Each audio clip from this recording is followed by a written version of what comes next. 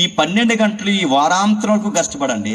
సాయంత్రం ఇంటికి రండి, ప్రశాంతంగా పిల్లా పాపలతో గడపండి, గుప్పెడి మెతుకులు తినండి, యథార్థంగా కష్టపడండి. నిద్రపోయే ముందు ఒక చిన్న ప్రార్థన చేసుకోండి.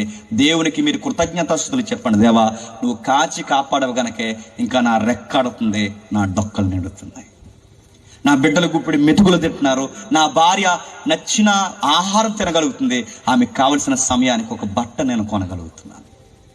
చాలా మంది ఉన్నారు ప్రభువా, వాళ్ళ పనికి పోదామన్నా వాళ్ళ ఆరోగ్యాలు సహకరించక హాస్పిటల్ చుట్టూ తిరుగుతున్నారు.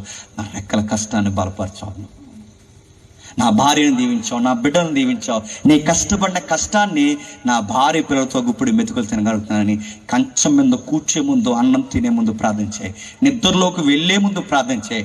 ఆ ప్రార్థన చేసి, దేవా, యథార్థంగా నువ్వు ఇచ్చిన పగటి వేళ నేను కష్టపడ్డాను, ఇదిగో నువ్వు ఇచ్చిన ప్రశాంతమైన రెస్ట్లోకి వెళ్ళిపోతున్నా.